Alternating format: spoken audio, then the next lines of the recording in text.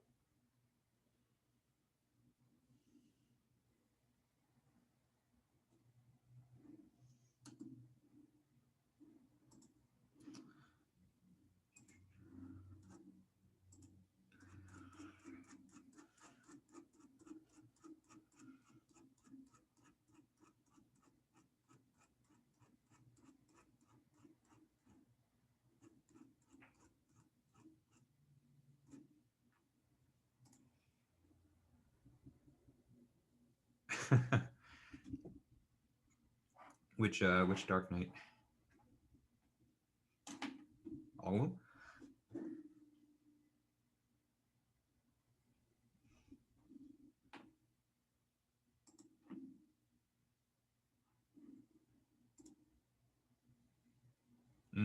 That's a good one. Definitely the best one.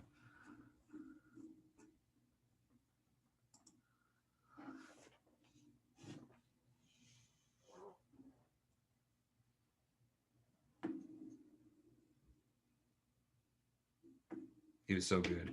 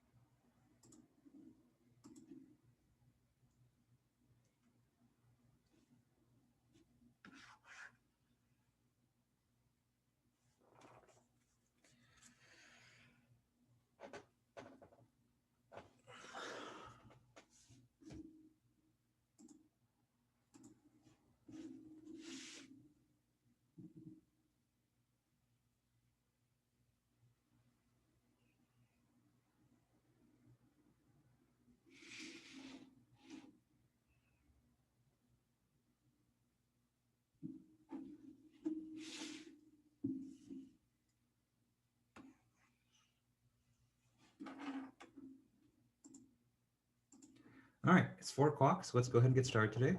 All right, good afternoon, everyone. How's everyone doing today? I'm doing well. Good, good. Yeah, it's the last class before spring break, so it's definitely a hard one to get up for. I know for me too personally, it's hard. It's always a hard one to do just because it's we know spring break's right around the corner. So for you guys that are came in today, I just want to say I appreciate you guys coming in because even though it's virtual, like I still know that you guys are out there on your computers, and so it always helps to talk to a room full of virtual people than a room full of no people rather than just my cat over here. Right? Oh, nice. Yeah, I've a lot of my friends are getting into investing actually, and it was surprising to me because it's a lot of friends that I didn't realize would be into that stuff. I feel like I'm kind of really late to the party. Like I do my retirement investing, but then I don't do any stocks beyond that. But it seems like everyone's really getting into that now. Okay. So today, the plan for today is we're just going to do just lecture notes today. And so I don't have another ANSYS activity planned until after the spring break.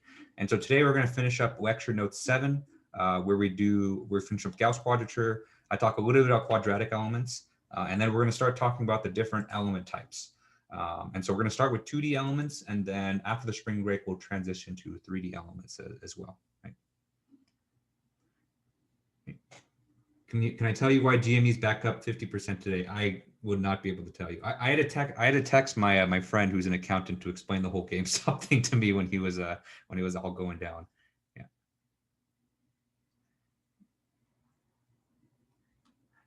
I see. Okay. So besides stocks questions, are there any questions that I can answer before we get started today?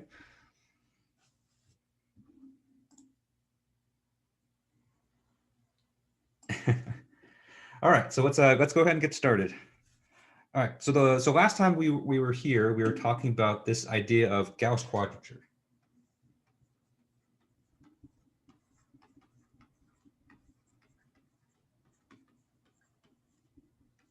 Okay, and so the whole idea with Gauss quadrature is, whenever we do finite elements, we're working with like weak forms, finite element forms. We have a bunch of integrals that we need to integrate, but we don't actually want to perform those integrals, right? And so Gauss Quadrature basically gives us a way to evaluate integrals numerically.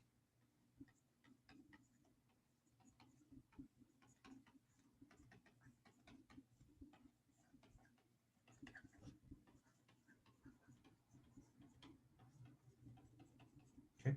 And so the whole idea is this. And so if we have like an integral, and we're going from -1 to 1, and we have a function here, f of zeta, okay, or epsilon, I should say.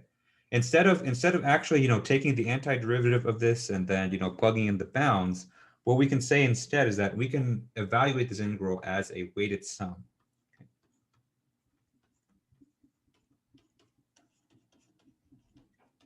Okay.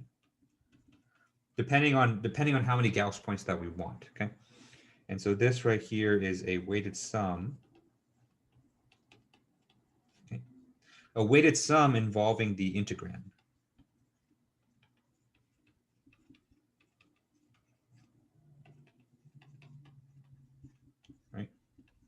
Where the integrand, remember, integrand is just the function that we're performing the integral for, right? And so we're not actually taking any antiderivatives. We're just evaluating the integrand at different locations within the integration domain. And so this is really attractive because a lot of times when we're doing finite elements, we know exactly what our integrand is. And so, when we're writing, computer code for this, say you're developing a finite element code, you can just plug that integrand directly into your code. So this is the end of note 7. Yeah, so this is the last few pages of note 7. All right, and so last time we did an example of this just to show you that it's legit. It's a real thing.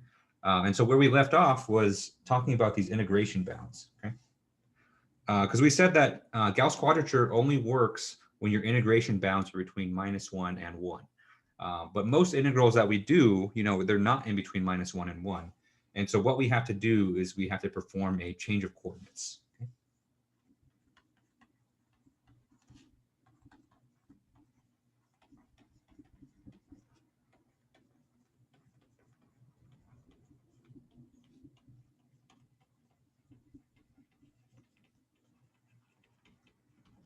Okay.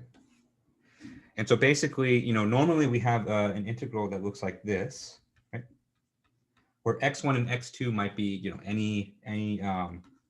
anything, okay? And we're integrating some function of x dx. What we want to do is we want to change the coordinates such that our integration bounds are now -1 to 1, okay?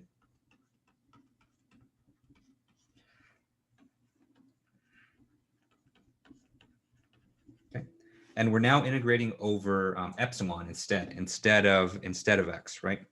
And you can see here, we have two things that we need in order to perform this change of variables. Okay. And so first thing we need is this function x of epsilon. Okay. And what this is the physical coordinate, our physical coordinate function as a function of the Gauss coordinate. Okay.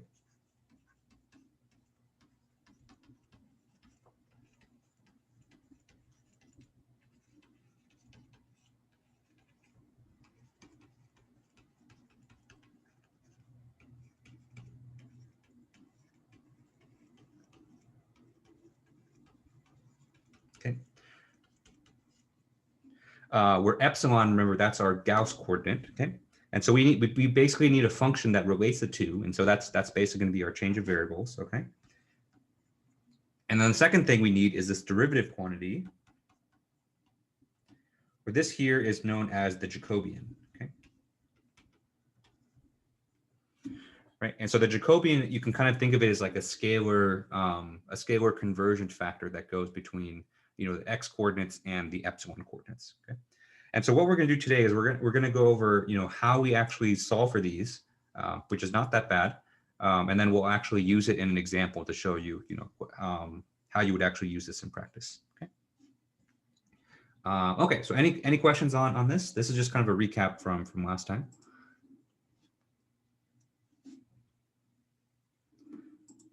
Okay. All right. And so let's start with x of epsilon.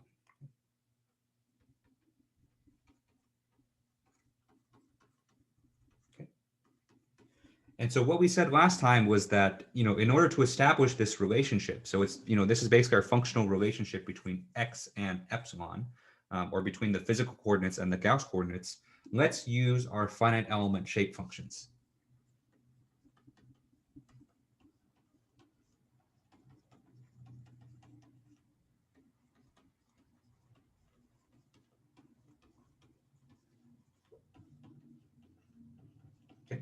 Because remember, what those shape functions allow us to do is they allow us to interpolate our nodal solution values to other locations within our domain, okay? And so we want the same thing here. And so, for a, for let's say like a 1D element, okay? Right. We know exactly what the x coordinates are. And so we know what the x coordinate for one node is and the other, we know the x coordinate for the other one, right? And so let's form a functional relationship based on that. Okay.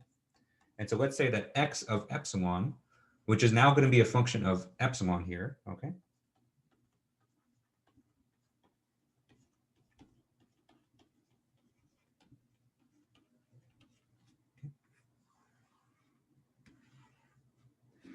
Right, and so now we're going to have x of epsilon is equal to x1 times n1 of epsilon plus x2 times n2 of epsilon, okay? Where the shape functions have the following values, okay? All right, so n1 of epsilon is going to be equal to epsilon minus epsilon2 divided by epsilon1 minus epsilon2, okay? And then n2 of epsilon is going to be epsilon1 minus epsilon minus epsilon1 minus epsilon2, okay? All right. We can simplify this a bit, because remember, if you kind of remember from how we formed our shape functions, epsilon1, epsilon2, those are kind of the bounds of our, of our integral, right?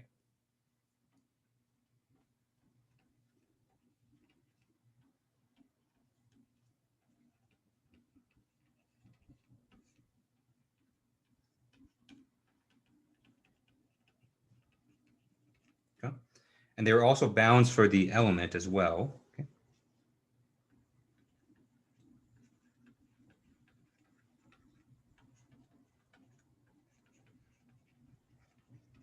Okay. And so in the Gauss domain, basically, we now are working with an element like this, right? Because we want to integrate between -1 and 1, right? Okay. And so we're now working on an element that goes between -1 and 1, okay?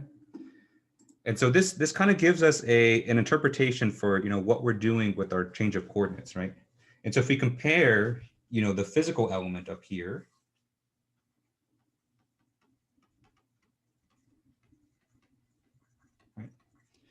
because originally when we're integrating over, physical space, x1, x2, right? But we don't want to do that because we can't do Gauss quadrature on that. And so we're going to basically take our element and kind of morph it into this Gauss element down here.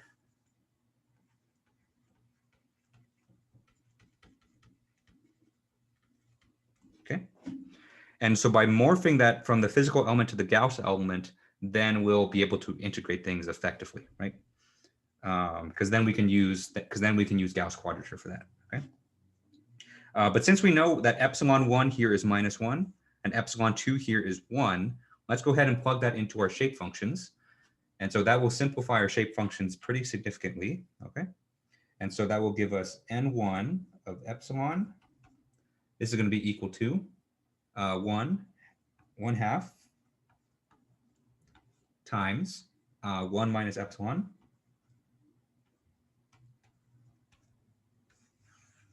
Okay. And n2 of epsilon, we plug in for epsilon1 and epsilon2. It's going to give us 1/2, 1 plus epsilon. Okay. Right. And so if we use these expressions for the shape functions, which utilize the Gauss coordinates here, then we can form our our coordinate function x of epsilon, pretty easily. Okay. All right. Any questions on this so far?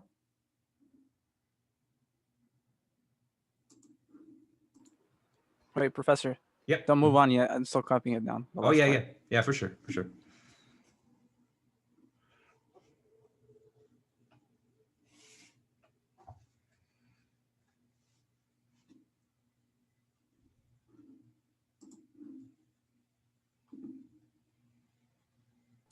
Okay, all good. Okay, cool. All right.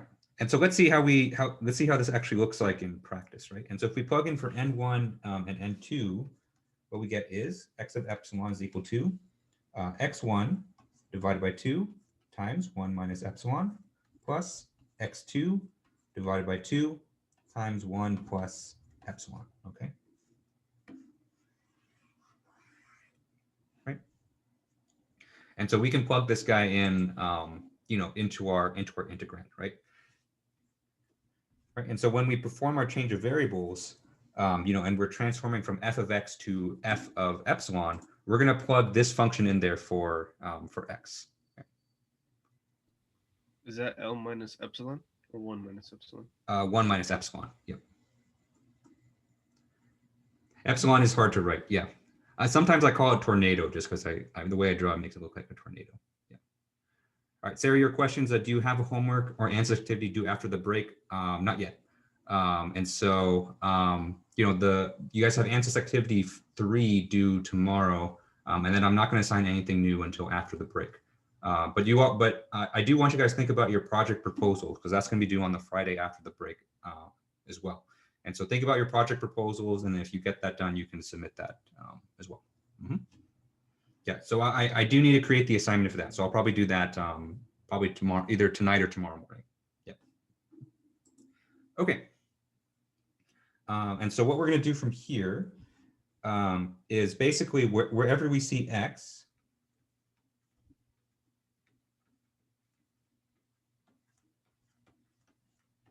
in the original integral,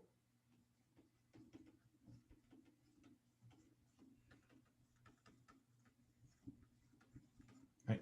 So wherever we see x in the original integral, we're going to plug this function in for that. Okay.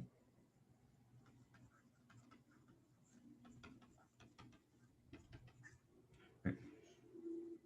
I know it kind of seems a little bit unclear right now, but it's but we're going to do an example in a bit where hopefully that kind of clears things up pretty well. Okay. All right, but first let's find the Jacobian, because now that we have x of epsilon, we can just simply take the derivative of this in order to get the Jacobian. Okay.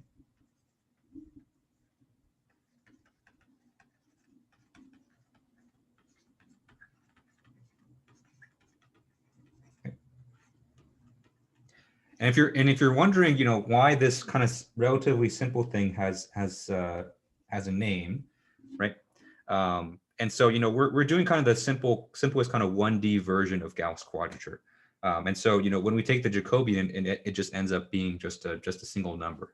But if you're doing Gauss Quadrature in 2D and 3D, which you need for 2D and 3D finite elements, the Jacobian actually becomes a matrix in those cases. And so, the 1D version of the Jacobian is relatively simple, but when you get to 2D and 3D, that's when things start to get a little bit more complicated.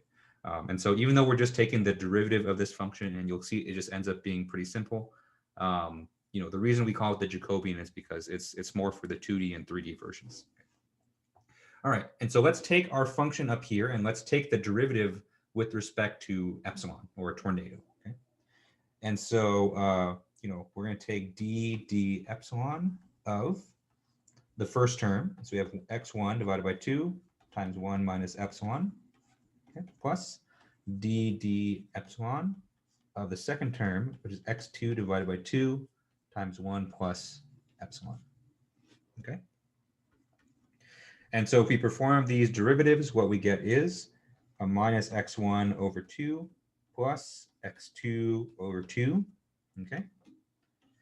And so if we simplify this, we can do, this becomes x2 minus x1 divided by 2. Okay. And we know that x2 minus x1, this is the same as the length of the element. And so this becomes LE divided by 2. Okay.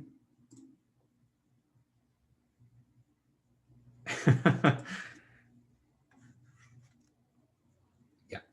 I actually don't think this is a, I think this is like a xi actually. So I'm really terrible with the Greek alphabet. And so I think this is actually, because an epsilon I think looks like this. But this thing kind of looks like an epsilon, so I call it that. But in the past, because I was too scared to say either epsilon or xi, I just called it tornado. And so xi, tornado, epsilon, whatever helps you remember it the most. Okay. All right, and so the value of the Jacobian in 1D, we just simply take the length of the element and we just divide it by 2.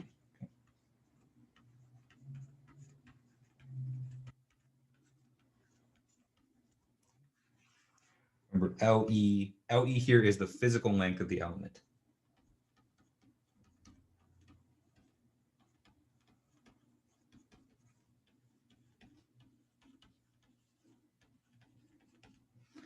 Okay. And so now that we have x of epsilon and we have the Jacobian, we're ready to use this to perform change of variables. Okay.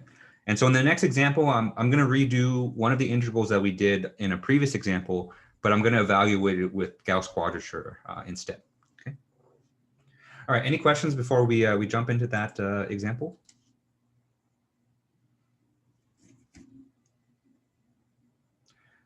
Okay. All right. And so this example, we're going to take this integral. Okay, so this is one of the integrals that we had to do when we did our finite element form problem. And so we had 200 times the integral from 0 to 5 of 1 plus x squared divided by 400 dx. Okay.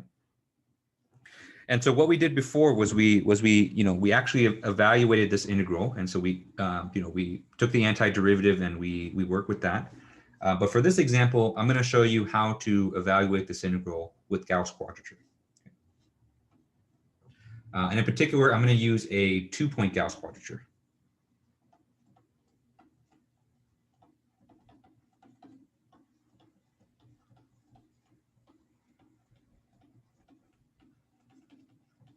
Okay. And so our weighted sum is going to have basically two points here. Okay. All right. And so first, let's write down the locations and the weights for our 2-point Gauss Quadrature. Okay.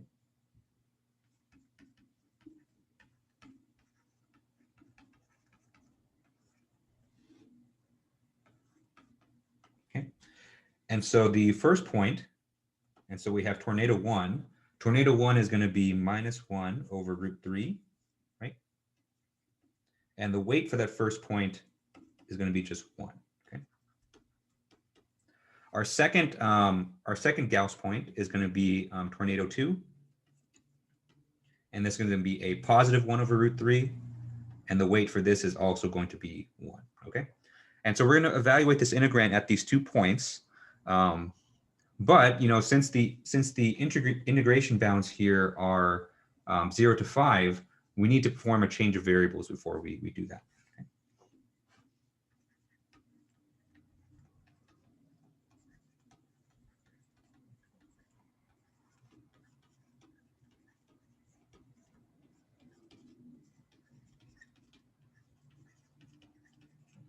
Okay. And so to perform our change of variables, let's do our let's first find our x of tornado, okay, or x of epsilon, okay.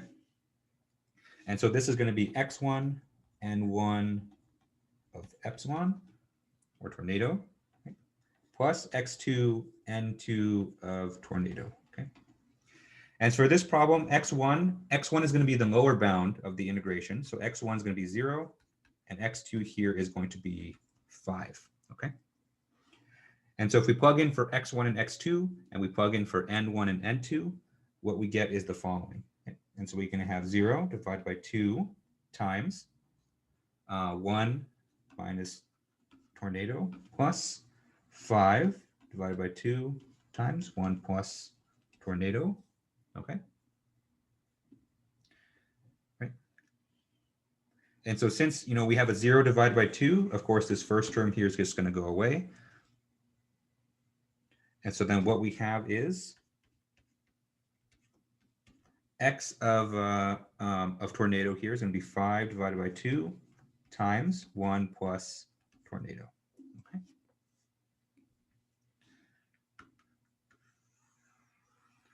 Right. And so now that we have this, we're going to just plug this in wherever we see x up in this expression right here. And so we just have one x, and so that's the only place we're going to plug it in. Okay. Right. And then we also need our Jacobian here. And so our Jacobian, remember, is just going to be dx d tornado. Okay. And so we take the derivative of this, and we just end up with 5 over 2. Right. Okay. And so now that we have that, we're ready to plug in, and then we can apply our 2-point Gauss rule from there. Okay. All right, any questions on this so far?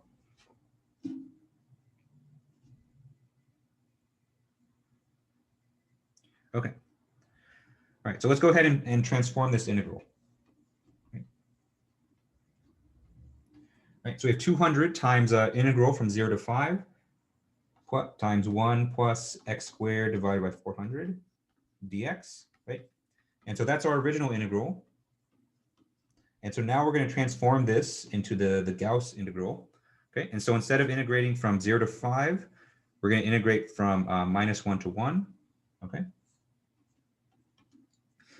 Then we have our integrand, but for the integrand here, everywhere that we see x, we're going to plug in our x function that we did on the previous page, right? So we're going to have 5 over 2 times 1 plus tornado squared divided by 400.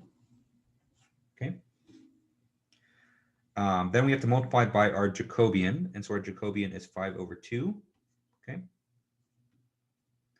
And then we have our integration variable here, which is d tornado. Okay. And so we can simplify that a little bit. And so since this 5 over 2 is just a constant, we can just bring that out in front. And so this is going to be 500 integral from -1 to 1 of 1 plus 5 over 2 times 1 plus tornado squared divided by 400 d tornado. Okay. All right. And so now that we have the integral in this form, we can go ahead and apply our Gauss quadrature rules, okay? So because now we can plug in for tornado 1, tornado 2. Question? So, Professor? Yeah. Mm-hmm. Where did that 5 over 2 come from? I think I missed that.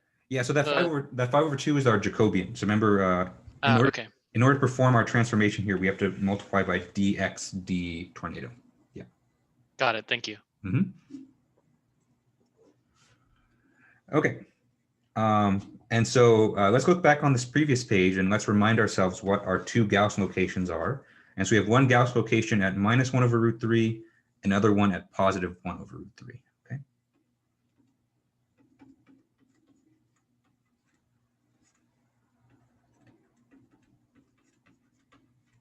Okay. And so let's go ahead and do that. And so we have 500, and so I'm going to keep that out there. Okay.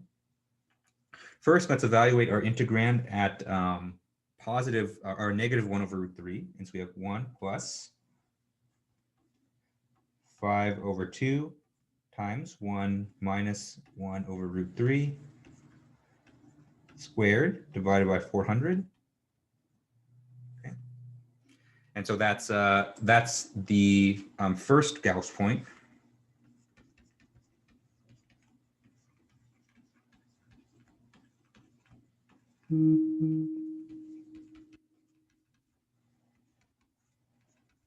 Okay. And then we're going to add, the same thing, but evaluate it at the second Gauss point. And so this can be 1 plus 5 over 2 times 1 plus 1 over root 3 squared divided by 400. Okay. And so this is our integrand evaluated at the second Gauss point.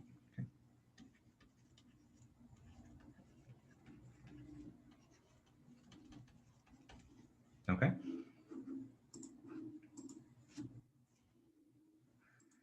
Right. And so we can go ahead and just punch this into our calculator now. And then what we get from this is 1020.83.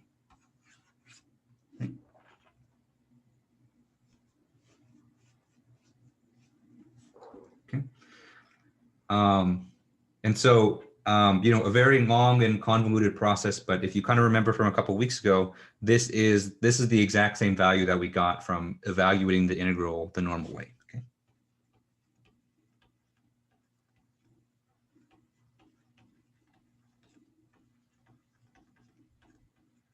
Okay.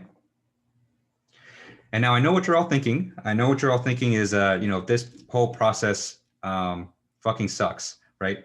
Why would we go through this whole thing when evaluating it normally is not an issue, right?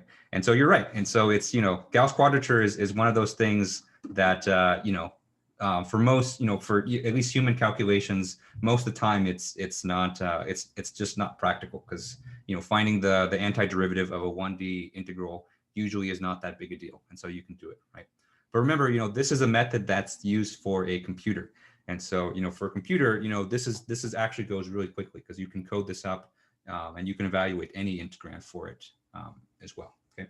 And so, any finite element code, they're, like ANSYS, they're not evaluating their integrals exactly. They're doing it numerically like this. Okay. And for this function, this function is relatively simple here, but you can imagine, if the integrand was something really crazy, then Gauss Quadrature actually might help you there, because sometimes finding the antiderivative of something, like if you have a bunch of exponentials, cosines, natural logarithms, Gauss Quadrature can help you out with that. Yeah. Okay. Any questions on this?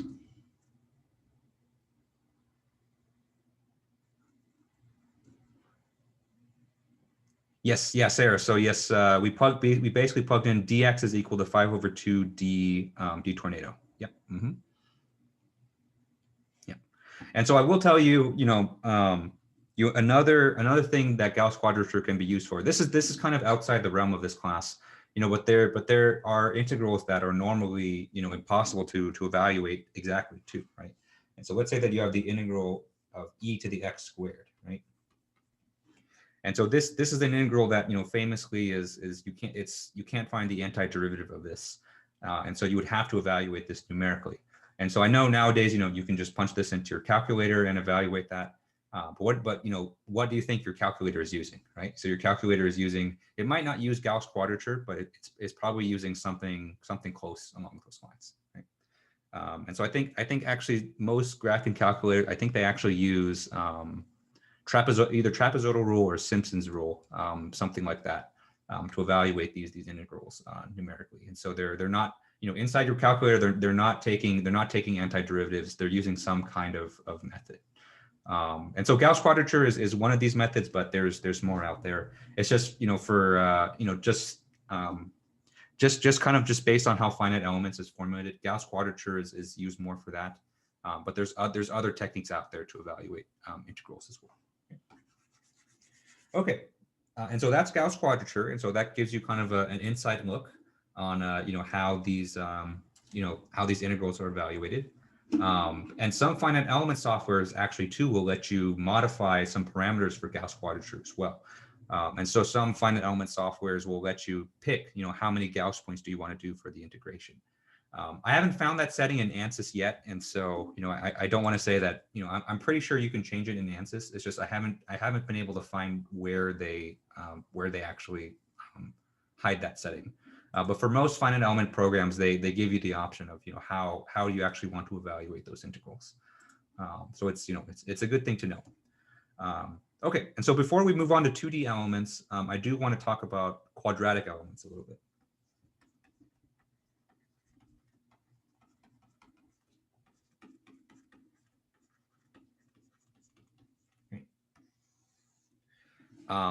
Because all the theory that we've been working up to this point in general finite elements, we've assumed our shape functions are linear.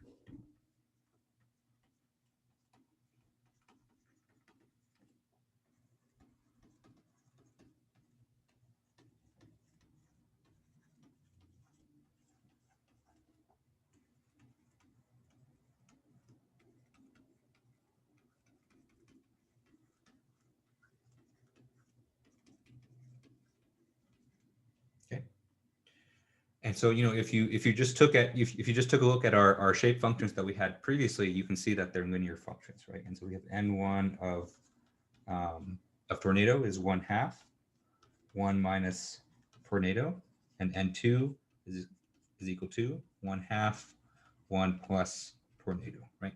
And so both of these are linear functions, which is great because linear functions are kind of the limit that you can actually solve these things by hand.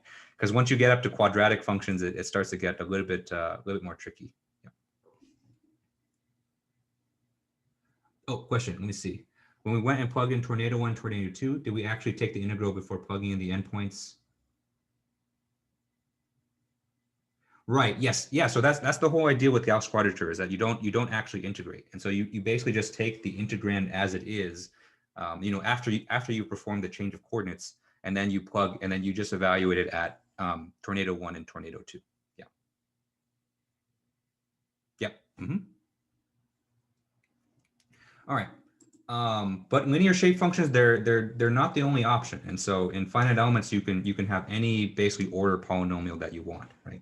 And so let's consider that. Let's go just kind of one step up from this, and let's assume that our shape functions are quadratic. Okay?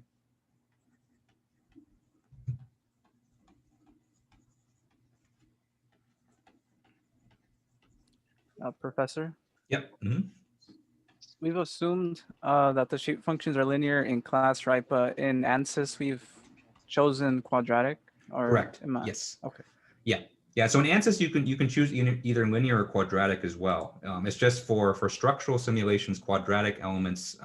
They help get you around this very common issue called shear locking. And so I don't think we'll have time to get to it today, but we'll get to it probably right after the break. And so shear locking is basically something that happens when you do structural simulations with linear finite elements. And if you use quadratic, then it kind of gets you around that. So kind of the industry standard for doing structural simulations to do quadratic elements. Yeah. Oh, okay. Thank you. Okay.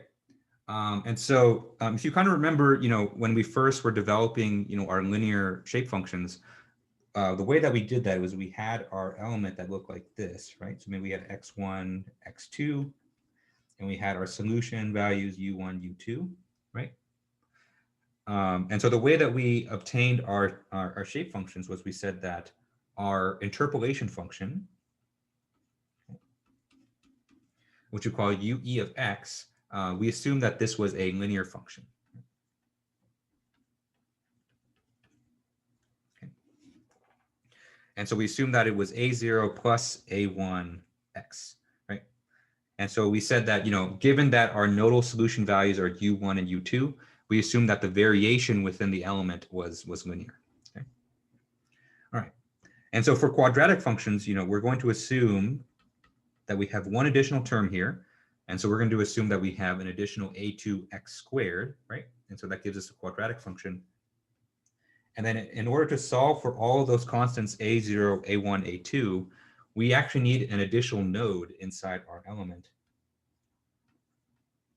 And so we'll call that node number 3. Okay. I know it's a little bit weird to have node 3 in the middle, but that's traditionally where it is. Okay.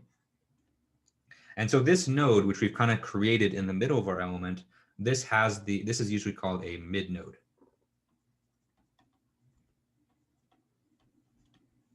Okay. Because it's a node that's in the middle of your element. Okay. And so this is a hallmark of quadratic elements, because usually for linear elements you only need nodes at the vertices of your shapes, but for quadratic elements you need to put additional nodes in there just so that you can actually solve this equation. Okay. All right. And so the way that we're going to solve for each of these constants, right? Remember that's kind of what we did in the linear case. Was we required that our function here matched all the nodal solutions. Okay.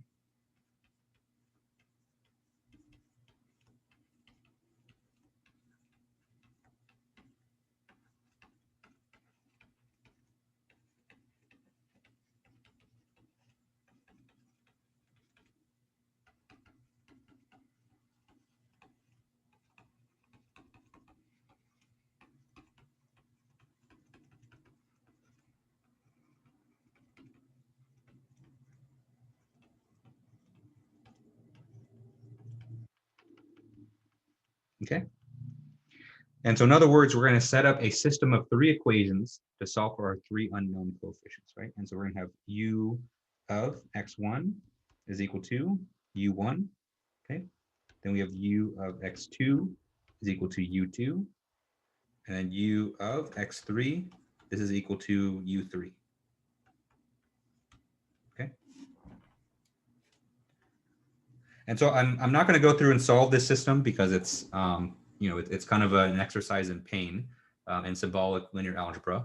But I'll kind of skip to the final result that you can see. Okay, and then we'll talk about some kind of practical implications of choosing quadratic elements versus linear elements. All right, any questions on this so far?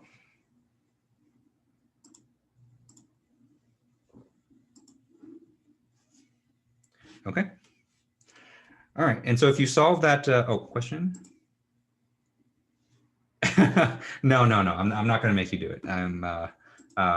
I think it's even cruel for myself to do it to myself. So, I won't make you guys do that. You guys have done enough cruel algebra with all the beam and truss stuff, and so, this is kind of beyond that.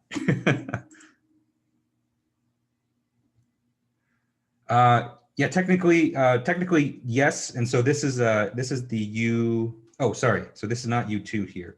This should just be u of x x2. And so there is a script of e, and so that e stands for a u function over the element. But usually it's not that required. Yeah.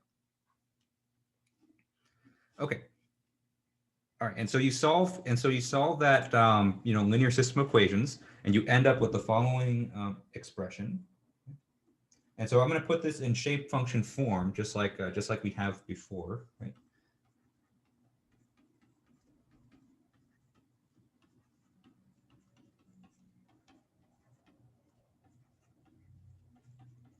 Okay.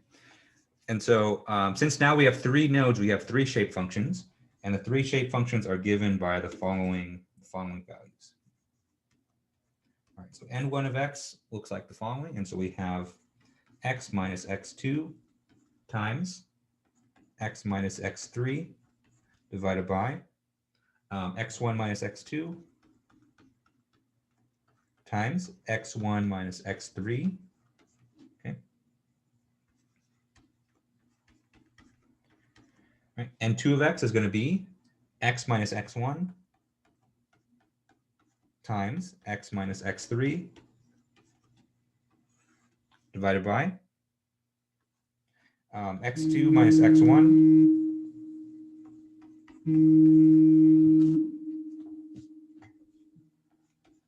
times x2 minus x3. Okay. Then we have n3 of x. n3 of x is x minus x1 times x minus x2, all divided by x3 minus x1 times x3 minus x2. Okay. A lot of x's there, right? Okay.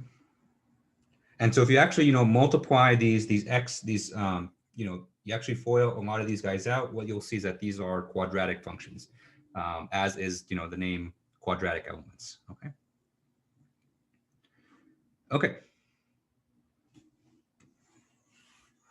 And so you can see, these expressions here are a lot more complicated than their linear counterparts. And so, usually once you get to quadratic, it just becomes not practical at all to do any hand calculations. But something like this is usually a cinch for a computer. Okay. Okay. And so let's talk some practical things with quadratic elements. Okay.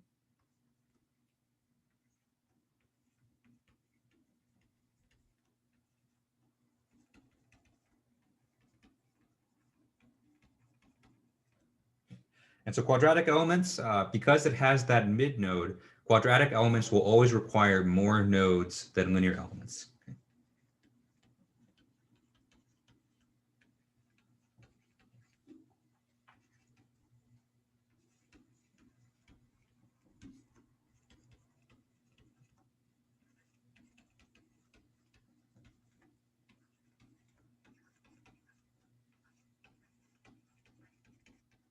Okay. And so what this kind of means is that, if you have the same amount of elements but more nodes, having more nodes means that your simulation is going to be more expensive.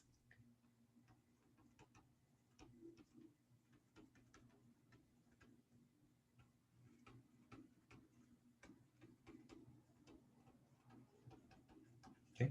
Because the more nodes that you have, that's basically more locations inside your domain that you need to solve for the solution for. And so that's just going to be naturally, it's going to take more time. It's going to take more memory inside your computer in order to do that. Okay. Right.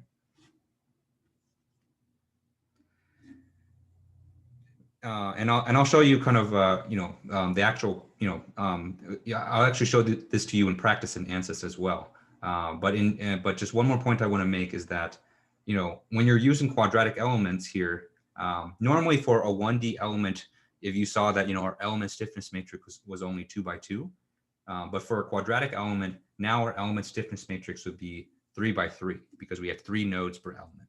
Okay.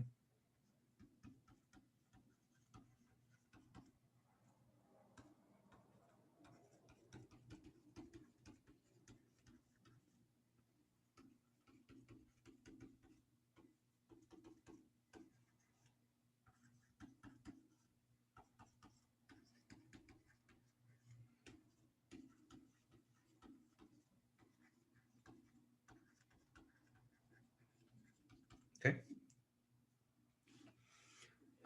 And so this is something to be aware of. And so if you're considering the choice between linear and quadratic elements, quadratic elements give you a lot of really nice properties, that are generally pretty desirable for finite elements. Just be aware that when you're going from linear to quadratic, you're going to incur a much bigger cost. Okay.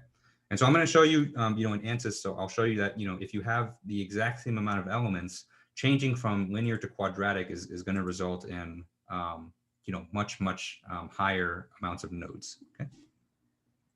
So before I do that, are there any questions on this?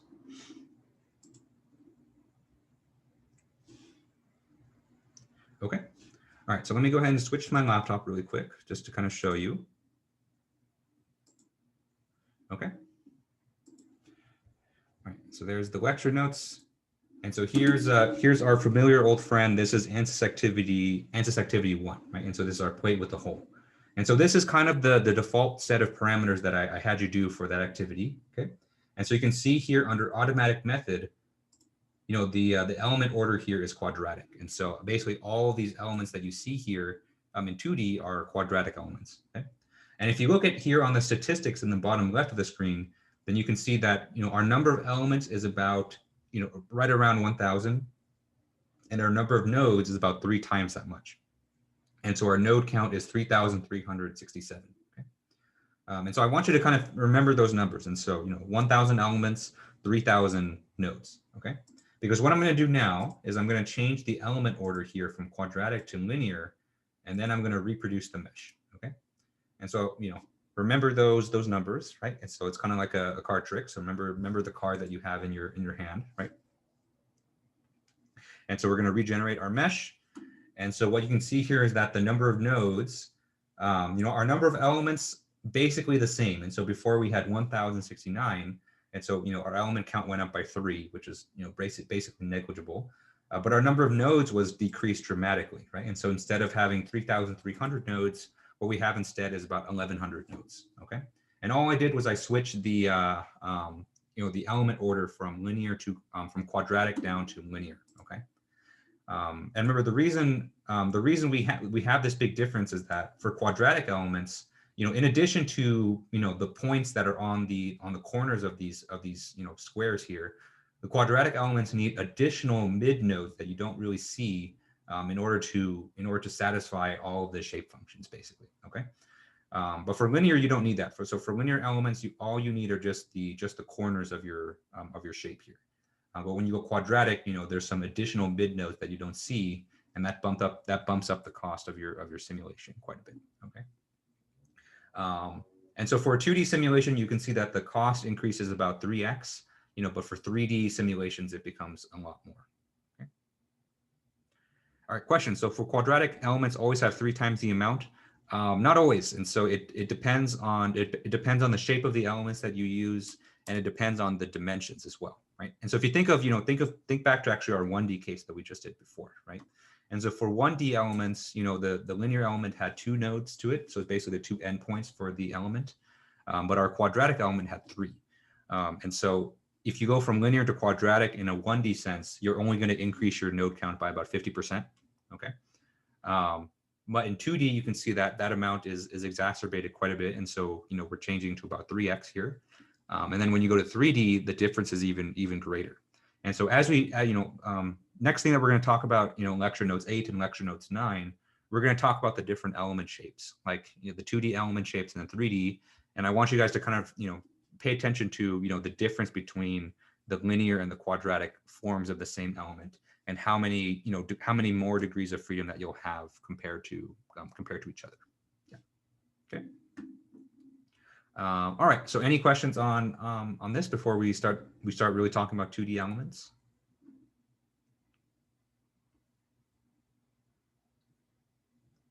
Okay.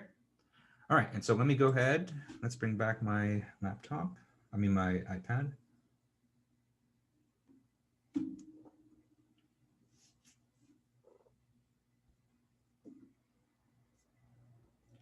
right. And so now let's start talking about 2D elements. Okay. All right, and so we're kind of graduating from all the 1D problems, and so technically, even though the beam and truss problems we did were technically 2D, but they were effectively like 1D problems, because our elements were just just single lines. Just those lines might be pointed in some direction or the other. But now we're actually going to graduate to 2D element types. And so, here now our shapes or our elements are going to be 2D shapes. Okay? And so this is kind of almost like the precursor to 3D element types. And so, 3D element types is where we want to go, because, most finite element analysis is performed in 3D, because, we live in a 3-dimensional world. But, in order to talk about 3D elements, it helps to talk about 2D elements first. Okay. And so for element types, actually for 2D, we're going to keep it simple, because this is most of that's used in practice. And so for 2D finite elements, the 2 element types that you have are a square and a triangle. Okay, and so this is called a quadrilateral,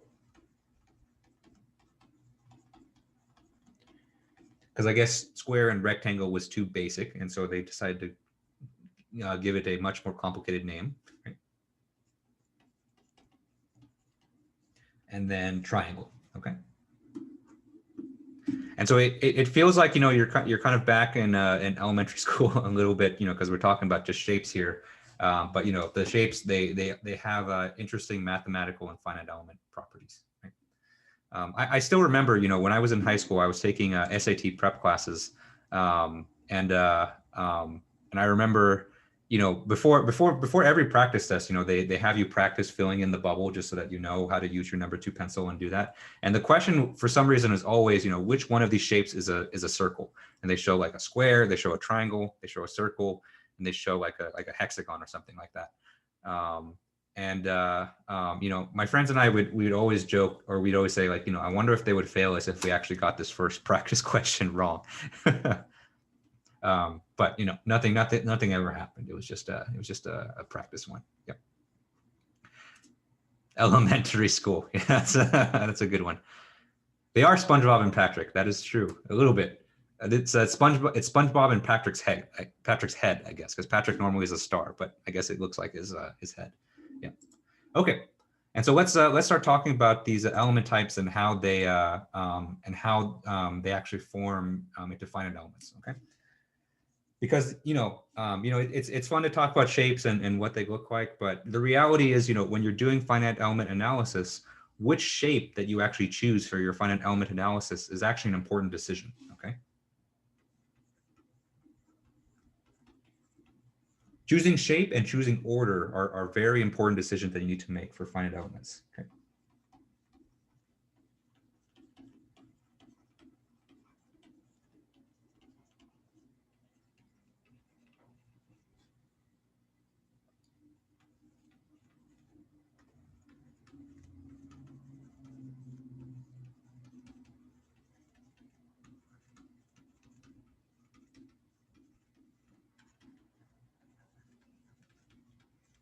Okay. And unfortunately, there's no, it's not black and white. And so it's not like, you have this kind of problem, oh, you should use quadrilaterals for sure. Or you have this kind of problem, oh, you should use triangles for sure. And so it's not as cut and dry as that. And so, a lot of times you can, there's a lot of overlap. And so there will be problems where it's like, you can use quadrilaterals for this, or you can use triangles for it too. And, and they'll both work. And, I've actually talked to a lot of you guys about that kind of, in office hours and kind of privately about doing that for the ANSYS activity so far too, right? And so I would say that, there's very rarely a wrong answer in what you choose for these things. But there's a lot of, ways that you can be right and correct too, right? And so the way we're going to approach this is, we're going to go through each of the different element types and each of the different element orders. And we're going to talk about the different properties of each one and generally what they're good at, okay? And so based on those properties, that will help you inform your decision on, which types of elements that you should use for your finite element analysis, okay? And, it's important to know because, end of the day, kind of like what we talked about on Tuesday, that, when you're doing finite elements in practice, a lot of your time is going to be spent justifying or, trying to prove to people that what you're doing is legit, right? And so part of that is, being able to explain that, I chose this type of element for this analysis for this reason, right? And so if you can kind of explain that, that will help people, help them believe your results and, of course, help you lead to more accurate results as well, okay? All right, and so let's start on the left here. And so let's start with the quadrilateral elements.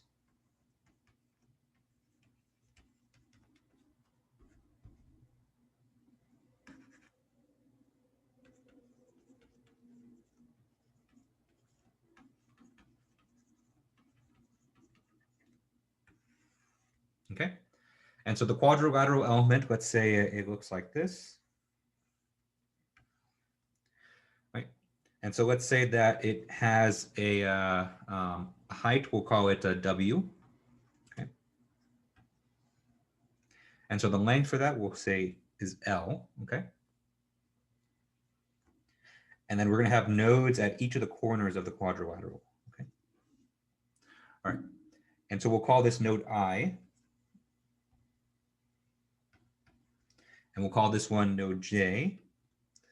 We'll call this one up here node M, and we'll call this node N right here, okay? And then just like in the 1D case, each of the nodes here are going to have its own coordinates, physical coordinates, and it's going to have its own solution value as well, okay? And so at node I, we're going to have Ti, temperature at I, not the wrapper. And then it's going to have its coordinates xi and yi. Okay. Similarly for node J, we're going to have its solution here. We'll call it Tj. Right? And then its physical coordinates will be xj and yj. Okay. And then for node M, we have Tm. And its coordinates are going to be xm and ym. Okay, and then at node n, we have xn and yn, and also tn, which is the solution. Okay.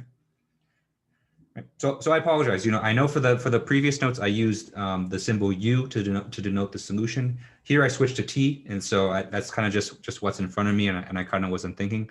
But t here, t is our solution. Okay.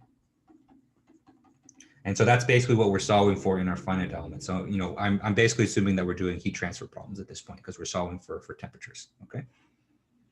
All right.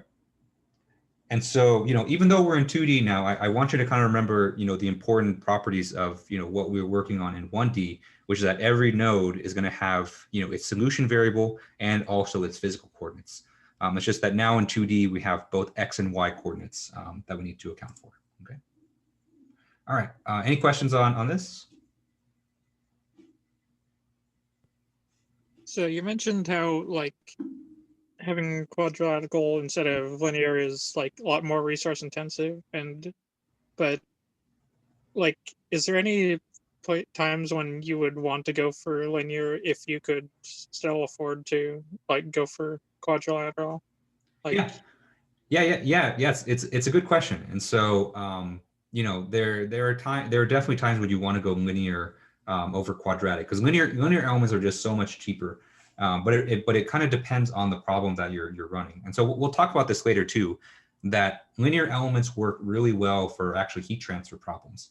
And so for heat transfer, you don't have the same issue with structural finite elements where you're going to have your elements lock up. And so that's what we'll talk about next time, is that, you know, for linear structural elements, they tend to lock up. So it's called shear locking. But for heat transfer, you know, you don't have that issue. And so you can use linear elements for that, and it'll be totally fine. And so that's a situation where you'd want that. And since, you know, per element, you know, a linear finite element is going to be a lot cheaper, you could just pack in a lot more elements into your system, you know, because each element is going to be cheaper. And there will be situations where, you know, that'll be beneficial for you as well. Yeah. Mm-hmm. Yeah, but it's a lot. It's definitely a lot of you know, gray area stuff where it's, you know, there's, you know, even though quadratic elements, each element is more expensive, but each element also gives you more accuracy compared to a linear finite element. And so you can achieve the same accuracy with a less amount of quadratic elements than you would like a lot of linear finite elements. So there's a lot of gray area, and there's a lot of you know, I would say special practical cases where, you know, for obviously, you know, for structural finite elements, you would want to use quadratic. For heat transfer, linear works really well. For fluid mechanics, actually, linear works really well for fluid mechanics as well. Just purely based on the physics of the underlying problems. And so, you know, there's a lot of really practical things that, or a lot of practical considerations that go into these decisions. And, you know, I'll try to get through as much of them as I can in this class, you know, as we kind of you know, round out the class after the spring break. But yeah, there's reasons to go one way or the other, and it's really kind of problem specific. Mm-hmm.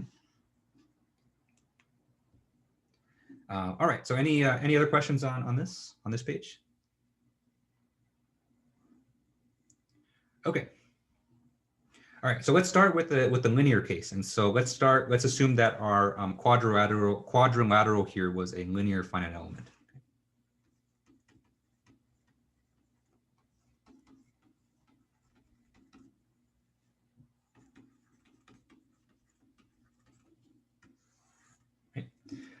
And so in this, as we know, in this case, you know, our interpolation function is going to be linear, right? And so our t of xy, this is going to be equal to c0 plus c1x plus c2y. And we actually need a fourth constant here because we have 4 nodes. Okay. And that fourth function is going to be, or fourth term is going to be x times y. Okay. And so it doesn't look like a linear term because you know, we have two variables multiplied by each other, and so it's kind of, we call it like a pseudo linear term because it's you know, it's each x and y themselves are linear, and so, you know, when we multiply them together, we say that the entire thing is linear. Okay, all right. And so you know, just like we do in the 1D case, in order to solve for each of these constants, and so normally we'd want to solve for C0, C1, C2, and C3. The way that we're going to do that is we need to enforce our function match the nodal solutions.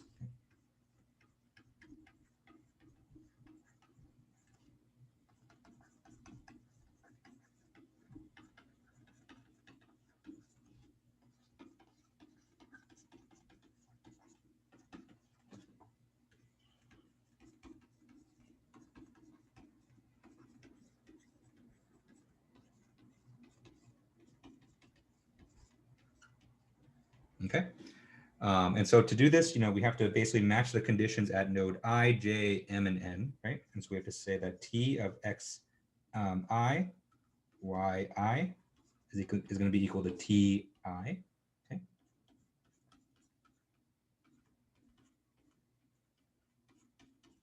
Right. T of Xj and Yj, this has to equal to Tj. Okay. T at xm and ym, this has to equal to tm.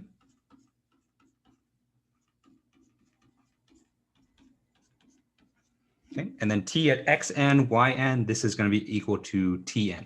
Okay. All right.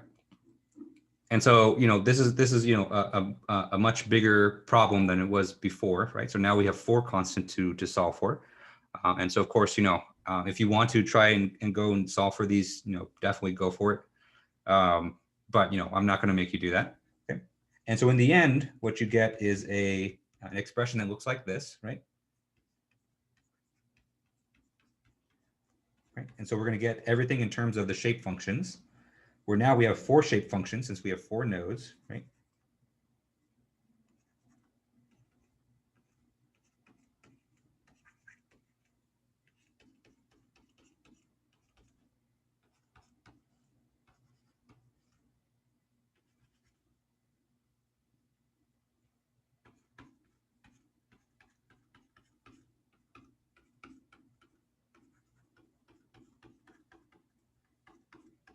Okay.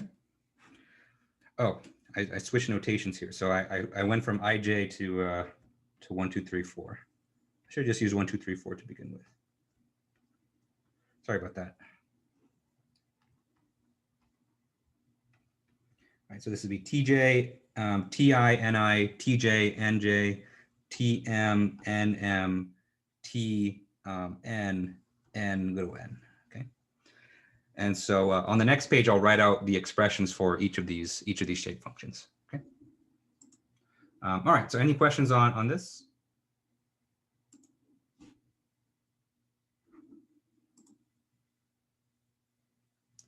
Okay. All right. So let's write out the shape functions for a 2D linear quadrilateral. Okay. All right. And so let's start with I. Okay. So ni of x, comma y is equal to 1 minus x over L times 1 minus y over m. Okay. And j at x comma y, this one's equal to x over L times 1 minus y over w m. Oh. Sorry, there's a ton of mistakes in these notes. So this should be 1 minus y over w. M was not a dimension in our thing. Okay. Then we have n m of x comma y. This is xy all over L times w. Okay. Then we have nn. This is equal to y over w times 1 minus x over L. Okay. All right. And so those are the linear shape functions for a linear quadrilateral. Okay. All right. And so, this is for kind of a, I would say kind of like a generic physical representation quadrilateral, right? And so we had kind of generic coordinates at each of the different nodes, right? And so each of the 4 nodes, we had generic xi, x and y coordinates, okay? This is fine right here. But in practice, kind of like what we just kind of finished talking about, finite element codes, they like to perform their integration on Gauss coordinates.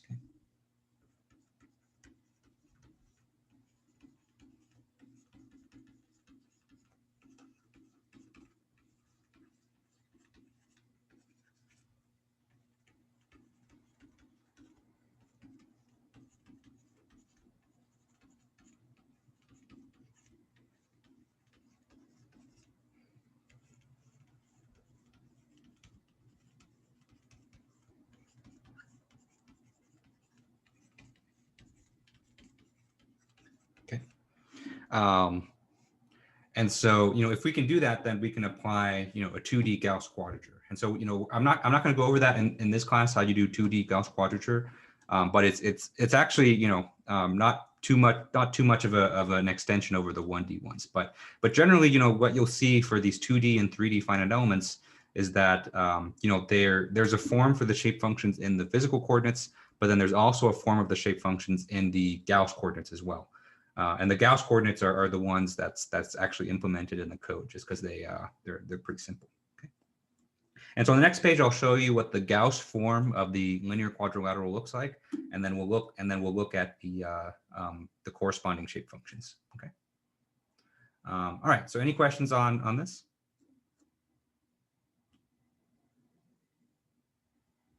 Okay. All right, and so let's look at the quadrilateral in the Gauss coordinates.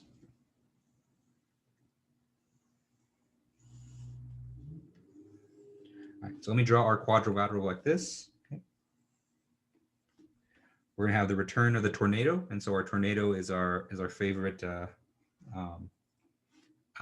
favorite Gauss coordinate. But since we're in 2D, we need a second Gauss coordinate now, right? And so the other Gauss coordinate is going to be this one I know, and so this one is eta, right? And so that's the name for this Greek letter.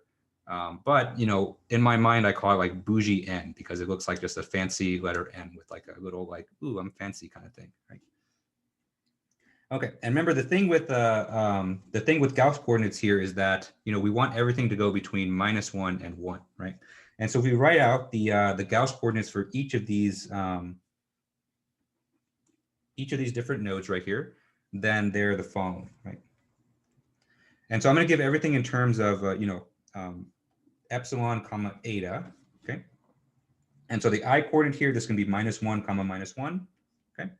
This one is going to be 1 comma -1. M right here is going to be 1 comma 1, and then N is going to be -1 comma 1, okay?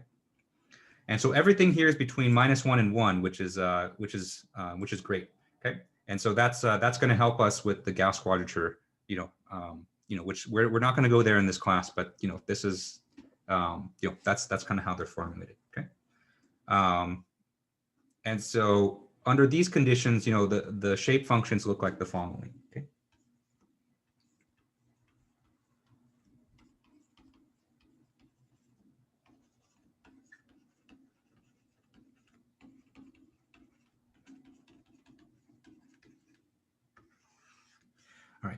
And so these are the ones I generally remember more than the other ones, because this one you'll see there's a pattern to it, and it kind of makes sense. Right?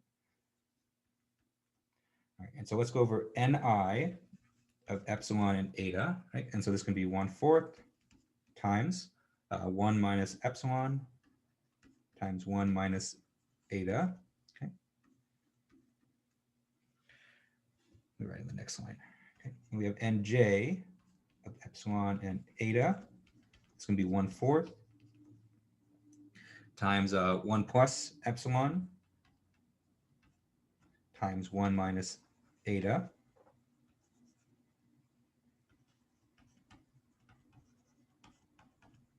Okay, then we have Nm, and so Nm is going to be 1/4 1 plus epsilon 1 plus eta.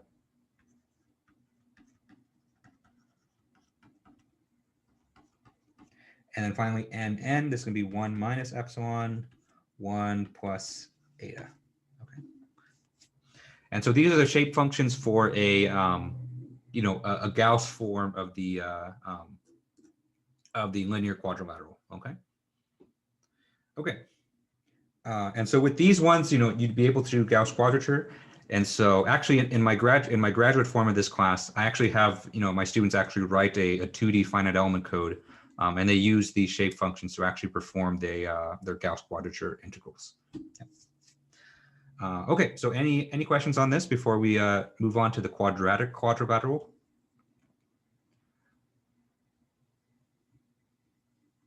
Okay. And so I'm going to hold off talking about the properties of this until we finish talking about the quadratic one. Then we can kind of compare in between the two. Okay. All right. Oh, we are almost out of time. So let me just kind of write this down quickly, and then we'll pick this up again after the spring break.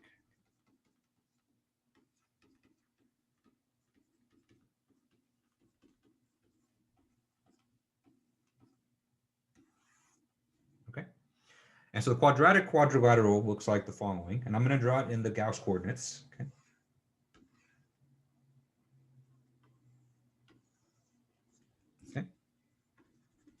And so the coordinate system is still going to be epsilon and eta, okay? We're still going to have all the nodes on the corners. And so we're going to have node I, node J, node M, node N, okay? But remember, since this is a quadratic element, we have to add additional nodes here as well, okay? And so we're going to add a node here. And so this is going to be node K.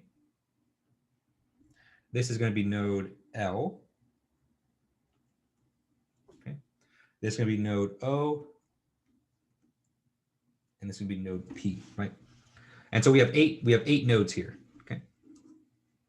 And we have 8 nodes because our interpolation polynomial has 8 coefficients. So let me write it in terms of epsilon and eta. And so we're gonna have basically all the linear terms. Okay. And so all the same, these are all the same from our linear element here, okay?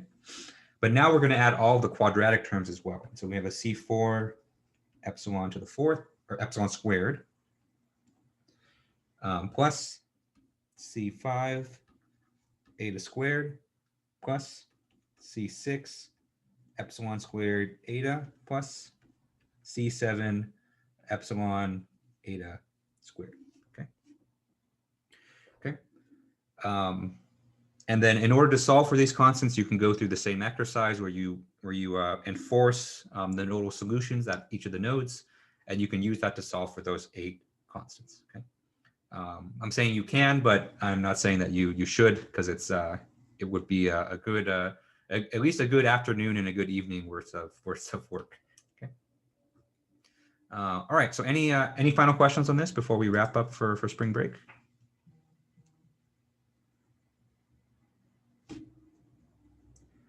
Okay. All right, so that's all we got time for. So thank you guys for tuning in again. And so I know it's the last day before spring break, so I appreciate you guys all being here. And so have a great and safe spring break. So stay healthy, stay safe. Work on those proposals, and I'll see you guys after the break. Thank you. Enjoy your break. Thanks, you too. Thanks, guys. Professor? Yep. Mm-hmm. I can't remember which number slide it was, or I guess notes page, but I missed a page. Can you go to I think it was maybe 4? 4. Okay. Mm-hmm.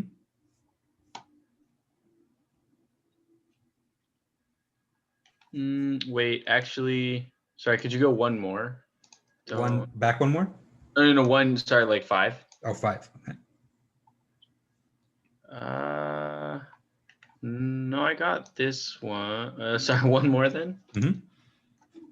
Oh yeah, that's the one. Thank you. Mm-hmm. Perfect.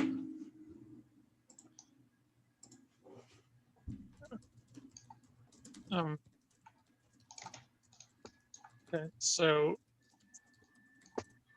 I'm kind of